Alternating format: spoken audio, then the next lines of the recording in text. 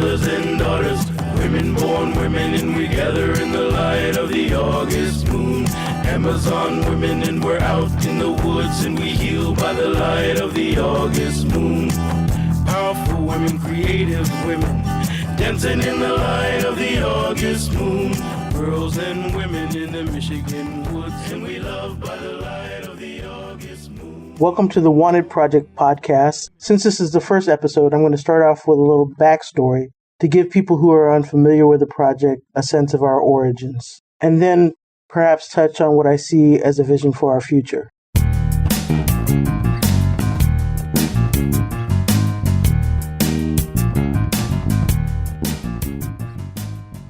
One of the first things that it's important to talk about is the connection we have to the Michigan Women's Music Festival. Not in any kind of official capacity, but the project was created by and for members of that community. Michigan, for me, was a place where I saw so many different kinds of ways to be female. Minor things to some people, perhaps, but I really had no idea how hairy women could be. It seems like now, maybe 28 years later, from the first time I went to a festival, that, why didn't I know that? Just seems common knowledge, but I'm not a hairy person, so that was like, oh, wow, didn't know that, and that's because it's so common for women to shave, pluck, wax, laser hair remove, electrolysis. I mean, this is like a $4 billion industry, hair removal, aimed mostly at women. And what's funny is that it's so common for women to remove their body hair that we think of that as natural, of women not having body hair as natural, and women having it as unnatural. So these kind of things got really challenged. The very first time I went to Michigan, I was like, whoa, full-on beards or mustaches or something like that. I mean, it wasn't a lot of people, but it was some people, and you just be walking along a path and be like, oh my God, this is a way that women can be. Everything I saw, even our different sizes and shapes. I think most women have some kind of issues with their bodies, and they might think, oh, I'm not very pretty, or I'm not very shapely in the way that is acceptable, out and about. I mean, you never see women who look like me on TV being portrayed as if they are beautiful. Or, even not repulsive. That's a whole other extreme. I feel like my goal was indifference. I really didn't want people to have an opinion about my body or my presentation or my clothes and all that kind of stuff. I didn't want the kind of attention that you get from men if they find you attractive. Some people do, but I didn't. So Michigan was mind-blowing. It was a place that I fit in. And there was a level of safety and a sense that you could be vulnerable in a way that you turned off your instincts. I don't think women realize how on we are all of the time. We have a sort of fear factor or something that's just always making us conscious about where we are and who's around us. And in Michigan, we didn't have to have that because there were only females there. Or it was supposed to be that way. I don't think that I'm someone who is seen as male in my presentation. Maybe here and there, some people serve me, but it doesn't happen all that much. You might think it would because the way I dress or whatever. It doesn't really happen that much. I think it might if I was less curvy, if I was not as fat as I am, and I was able to sort of hide my curves, then maybe it would happen. And it certainly did happen when I was younger and smaller. But when I was a kid, being someone who people mistaked for a boy, I never thought I looked like a boy. I always thought it was weird that they thought I looked like a boy, because I didn't think I looked like a boy. And it would be like me going into the bathroom, of course. Bathrooms have always been a big issue. And somebody telling me, hey, I'm in the wrong bathroom, and this is the women's room, this is the girls' room. I'd just go like, I know, and go on in. And sometimes it really upset people to the point that they called security only to find themselves embarrassed by having gotten it wrong. I know that a lot of people themselves feel embarrassed about it. And, that can go either way. You can end up feeling embarrassed that people get it wrong and you're subject to deal with security and stuff like that. I always thought it was embarrassing for them.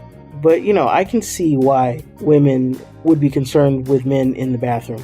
I don't think it takes much to really look at somebody, look at them in their eyes, stop looking at their hat, their shirt, or pants, or, whatever outfit they got on. Look at them. Like, you can generally spot somebody who's just a gender non-conforming woman. So Michigan was a place where, as a female, you were seen as woman. Like, it was the one place that I know that women could be fully bearded and hairy and muscular and all kinds of different presentations and not be questioned. For 1 week, have no one say, are you going in the right place? Are you in the right place? This is one of the things that was a real perk at Michigan for years and years and years and years.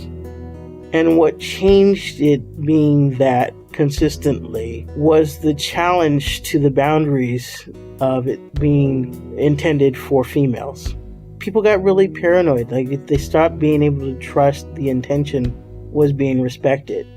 So that informed the experience for a lot of different women. And it got to be really a hard and sad thing. And that's not just for the women who are suddenly not being recognized as women.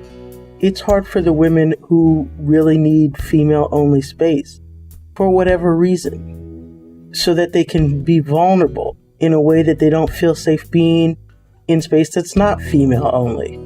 That might mean they feel safe to take their shirt off in a way they wouldn't in space that included males.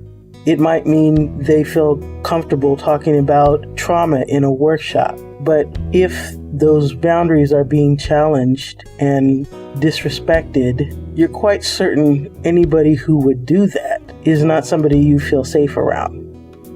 So, talking among ourselves about how we could change that, as we're also considering how to fight the effort to frame the intention for female space as hateful for people who are not female, how can we also start working at making this go back to what it was, which was welcoming space for women born female who didn't present in socially common ways. Somebody suggested that we should make wanted posters for males who were known to be attending. That was like a, oh, no, that's not the way we do things kind of, response from everybody in that conversation. And so I suggested we should make wanted posters for what we actually do want.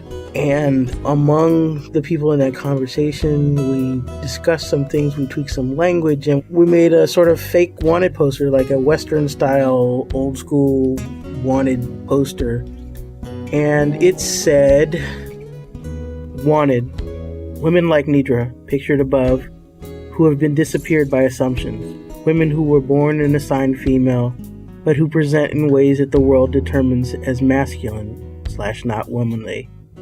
Women who are assumed to be trans men when they do not identify as men or trans men. Women who expand the possibilities of what it means to be born and assigned female.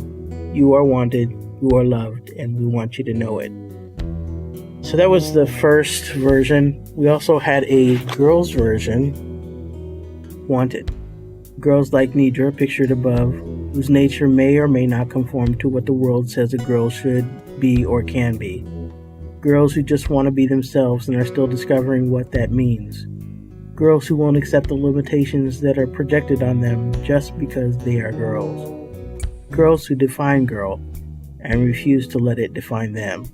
You are wanted, you are loved, and we want you to know it. So those were the basic two. There were a few variations for people who felt a little bit differently around the language, but it was basically the same intention across the board. And People assumed that everybody who participated of the grown folks were butch identified. That wasn't true. I don't think everybody was a lesbian, although most of us were. And it was just an attempt at getting people to look, and when they saw the posters, that they would think before suggesting to a woman that she didn't belong there, or asking a woman if she belonged there, if she was actually a woman. I mean, and sometimes this was, when this happened, it happened in different ways. Sometimes it was people who were worried that there were people violating the boundaries, and sometimes it happened in ways where there were people who were trying to be welcoming to those they assumed were trans men, because they felt like the festival should welcome women who were born female, trans women, and trans men, like anybody basically except for non-trans men. And, you know, it was just as hurtful for people to assume somebody is a trans man, because there are a lot of women who identify as women who get assumed to be trans men because they're gender non-conforming women. And yeah, that can happen in Area 51. It happens all the time. But the one place it really shouldn't happen is the space that's specifically determined for women who were born female. So Festival was, again, the one place for a week they didn't have to deal with that kind of bullshit. So that's where the Wanted project came out of. We made these posters. In total, we had 80 posters for the first go-round. And it seemed to end up being a really powerful, moving experience for a lot of people. We had a sort of colored version. The photo part was black and white, but the printout was colored in a way that it made it look like an old poster or something like that. And we laminated them, we hung them up in an area where you can hang sort of artwork stuff at the festival. And in addition to that, I made some just regular old Xerox copies, and we posted those in what we call the Porta-Janes. That is one of the things that we also did as a culture, is like communicate through flyers in the bathroom. So those were put up, a lot of those, I made smaller versions of it, and those were just like taped up in the restroom. And I got a lot of them, so we had some back stock of them, and it was good because they kept going missing. And at the time, because there was this hostility from people who thought the intention should change, we thought, oh my God, like, this is not even hateful. Like, why is this being the target of that kind of thing where they're taking down our flyers? And as it turned out, we heard from a lot of women that they were actually so moved they were collecting them like baseball cards. So that's how moving it was. And the ones we had left at the end, there were women just in the box collecting them. And it was a very powerful experience. Interesting for me because I'm not a visual artist. So it was interesting to put something together that people were moved by that was more of a visual art kind of thing. And I think it did work. It did help have women not be asked if they belong there. You know, there's a lot of intentions that the festival was built on, not just the intention for female space. There were intentions that were there and honored in place, not necessarily even all spoken ones, but there were things like, if you smoke, carry an old Altoids can and put your cigarette butts out in the Altoid cans or whatever and collect them. Like, you didn't go around the land after a concert and see thousands of cigarette butts. It's not like any other place with that. There was no garbage. You didn't go have a concert end and find garbage everywhere. And it's not that people didn't have snacks and drinks and whatever they brought with them. They just cleaned up. They took whatever they brought and was garbage afterwards, so they took it with them. And that is just the way we were as a community. There's an intention to do work shifts, and people do them. There's the intention to not ask women if they're in the right place, if they belong where they are. Like, we were meant to assume that everybody there was female. And the reason why it was not a don't ask, don't tell kind of thing, like outsiders often projected, it was more that we understood the value of not asking women if they were female and not questioning women about their gender in that space. That was held at a higher value than whether or not somebody was actually violating the intention for female space. Yes, it was possible to attend the festival as someone who was not female and get away with it. And you could interpret that as don't ask, don't tell. But don't ask, don't tell was a little more of a, it's okay to be gay in the military, we're just not going to talk about it. And for festival, it was more like, we'd like you to respect this intention for female space. And people were able to choose not to do it. This is probably the best way I can put it. Not enforcing a boundary is not the same as inviting you to violate it. And if you think it is, I mean, who thinks like that? That we didn't want to enforce the boundaries, that we wanted them to be respected, was not an invitation to violate them. But that is often what males thought. The value in allowing women the experience of not having to answer questions about how they look, not being told in some implied way that they are outside of woman because they do not conform to social stereotypes, was held at a higher value. We valued giving women that space more than we worried about whether some people might exploit that. The focus was always on women, females. That's what our focus was, on creating space for females. So moves were not made to ensure those not intended were not there. We focused on what we wanted, just like in this Wanted project. And again, when I talk about intentions, I think it's really significant how much the community was built on intention. For example, I'm sure if you go to any major music festival, especially one that costs as much as $500, you will see armed security, 12-foot fences with razor wire. We had literally a wire fence no higher than 3 feet tall. You could easily step over it, and yet people really didn't do that. That's amazing. And the festival also worked at making the event accessible to women of different means. So some women paid more if they could. It was a more if, less if practice. So some women paid more if they could, others paid less if they couldn't. And you could apply for a scholarship of sorts to where maybe instead of paying $500, you paid $200 or $300. Depending on your needs, you could just ask for what you needed. And ways were made to get women there of varying economic resources.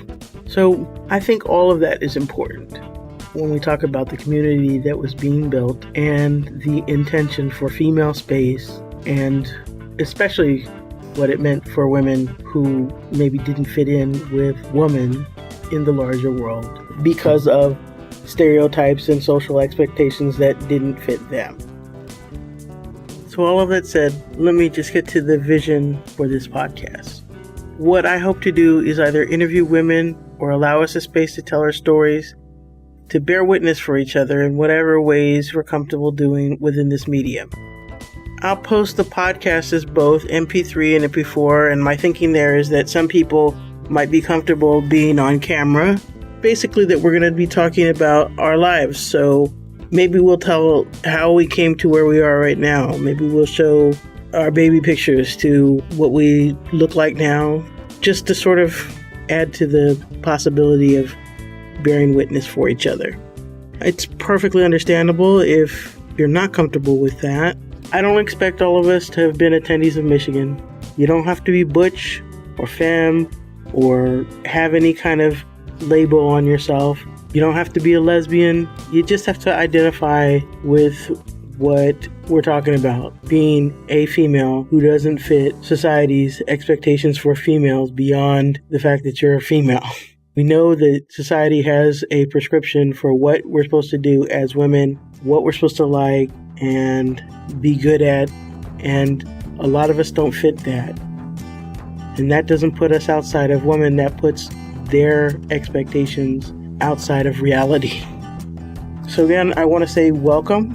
I have some people in mind that I'm going to start the series with, and if you identify and you feel like you want to tell your story, you can get in touch with us and we'll work out a way to make you part of it. So in a sort of Michigan tradition, in this new medium. We're planting acorns, and I'm here to tell you welcome home.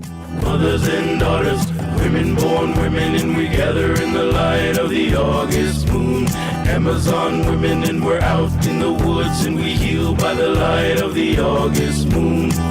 Young women, old women, dancing in the light of the August moon. Girls and women in the Michigan woods, and we love by the light of the August moon.